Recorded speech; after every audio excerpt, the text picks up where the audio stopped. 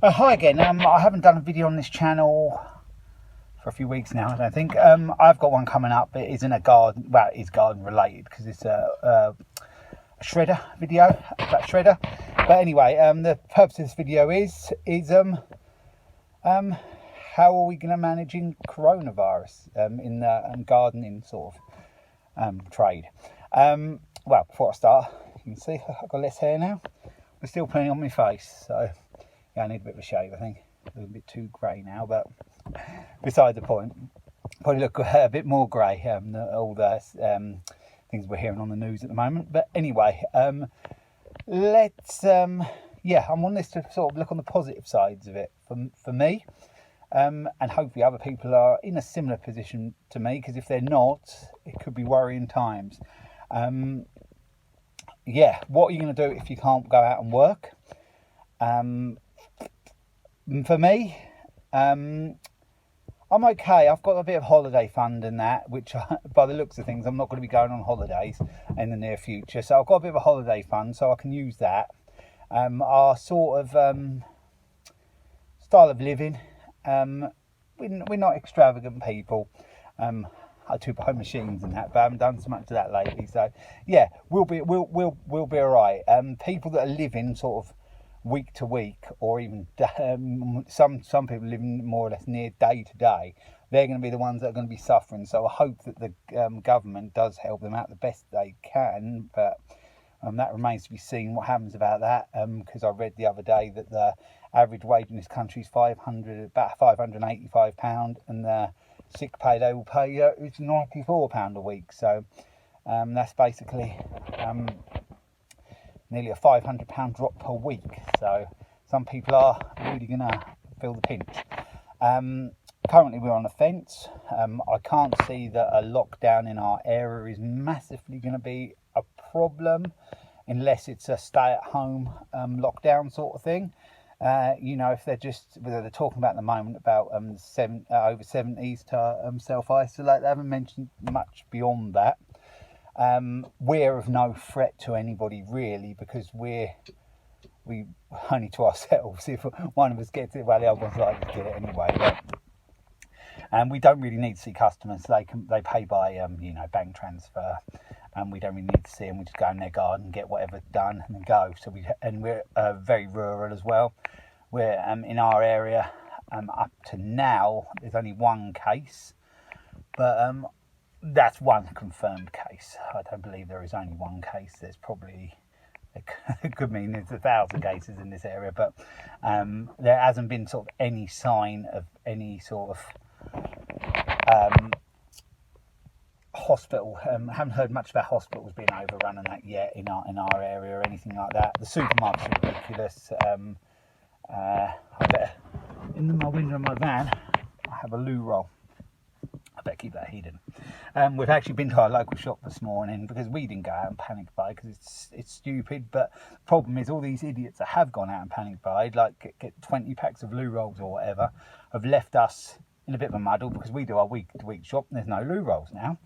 So a local shop I use, they're getting a delivery and they're holding some back. So that's good. What else? Actually, we did buy something else this morning. I don't know where we put it now. It wasn't here. Another stupid thing is soap. We couldn't buy hand wash in the shop, but we bought proper soap. I grew up using proper soap in the sort of late 70s and 80s, so yeah, I'm happy to use normal soap, and it lasts a sight longer as well. Because how they tell you to wash your hands at the moment, it gets in your head that every second you need to wash your hands really. But yeah, I don't know how it's all going to pan out. No one does really. It's just obviously I don't, because I'm no expert. But even the experts don't seem to know at the moment. But as in the gardening trade, I feel our job is quite a good job, to be honest. In things like this, as long as the customers are happy for us to come along, we can really carry on, because we're in the gardens. We're not sort of interfering with anybody. It's not big crowds. I suppose if you're working in the middle of London doing gardening, that's a little bit different, but in the sort of more rural areas, I can't really see it being a big problem. It's just needless really closing types of our work down. The fence we're actually doing today, we'd never seen the woman next door till today, and she's up in the bedroom on her laptop. You can see her looking out. But I reckon she probably works in an office or something in a city near us, and probably they've told them to work from home. They have my brother's, my sister-in-law. She's working from home. She works in the city. So yeah, things like that. It is affecting us. It's as if it's any other day, really. We did go and grab a few tins and bits and pieces, just in case, because you never know how quick something like this will escalate, and they do make things a bit difficult. They don't want to make things difficult. It doesn't do the government any good if it's difficult, but sometimes desperate measures, like in Italy and Spain, they've got to try something so to stem the tide of this thing spreading. So basically, it's been everybody's in a bit of a strange position, really. For a change, everybody is in the same boat, whether you're rich or poor, really, to be honest, because no one knows what's going to happen. Hopefully, us being in the UK, surrounded by sea, we haven't got walkover borders, only to Wales and Scotland, but in the UK we haven't got walkover borders from sort of Italy, Spain, France, where people can sort of, once you're through the Channel Tunnel or whatever, you can go wherever you want willy-nilly, really. So main way people get into our country is by plane, and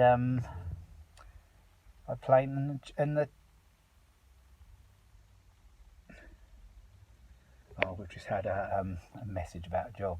I do not want to see that. That's another fence job, and I'm miles off getting to that one. But anyway, what was I on about? Most people get into our country is by the Channel Tunnel or by plane, really. So we were just talking to the bloke next door to here, and he actually said, I never thought about it before, up to 1 million people are in the air at one time in normal times. That's a lot, isn't it? But every plane you see come over, in smaller, like Ryanair type ones, EasyJet, they're going to have 200 people each time. And that is what's brought it here, really. They're travelling, travelling's gone mad. But I'm got off point a little bit. We're quite busy with work at the moment. I'm hoping it's not going to sort of stop us. Let me know in the comments how you feel about all this sort of thing. Are you going to be okay? Are you going to be able to manage? What about if they shut the schools? That's another thing we're reasonably lucky with. Our daughter is now 16. She can be at home on her own. That's fine. But if you've got younger children, they're going to have to be looked after. How are you going to manage that? Some gardeners, I would assume, a lot of their, quite a few of their people's partners or whatever, they work in the medical profession.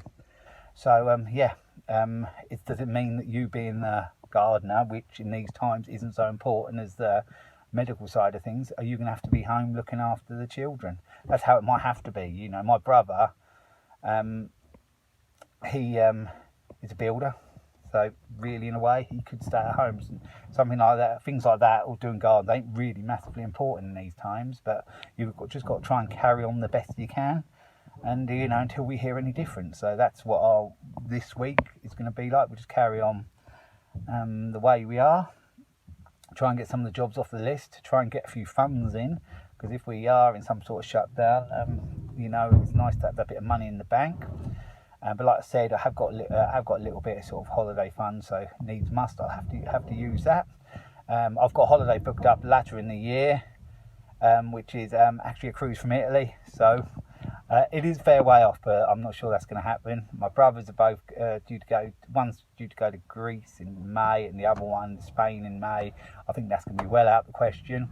We have booked up a more local holiday, so for a few nights, and that is actually really secluded and everything. So hopefully that doesn't get affected. That's a few months away as well, still. But so we just try and keep our keep positive as we can. It's out of my hands. Me as an individual, I can only do what they say, wash my hands, and to be honest, I'm just going to stay out of the way of busy places, really. I don't want to go to busy places. If I can, I'll use a local little shop. I've got to go to a petrol station, and I'll just stay in the vicinity of my home. A lot of people say it's inevitable, you're going to catch it. I don't particularly want to. If I do, I do. Not a lot I can do about it. Just sort of shield myself the best I can. Until if and when it happens. So yeah, so yeah, I'm just sort of staying in the vicinity. I haven't got to travel out no more than about 10 miles from home, so I feel pretty safe where I am.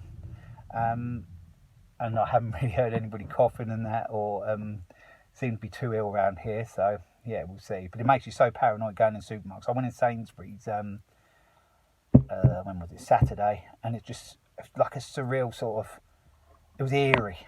It was eerie around. The shelves were empty, and people tend to be keeping a bit of a distance. People had scarves over their faces and things like that, and you feel you don't want to touch anything, and you want to wash your hands as soon as you get out. It's, the government have had to sort of, be quite strong putting this across for people to take notice, but it is, makes your anxiety levels go up. So, yeah, at the moment, I'm not going to really go to any bigger shops. I'll just carry on littler shops and just, carry on my day-to-day life doing the gardening. So, yeah, I'll leave it there. Like I said, put some comments below. I'd like to know how it could affect you. And also as well, there is the parent issues as well. My parents are 70 and dad's 70, mum's 65. So, yeah, they're in that sort of vulnerable age bracket there. So, as weeks go on, that sort of thing's going to have to be thought about more. If they're going to self-isolate, we're going to have to try and help them the best we can. And, yeah, try and get through this. And then hopefully, it seems things are going to drag on, but hopefully sooner or later, it will start improving and, we can get through this and then back to some sort of normality, really.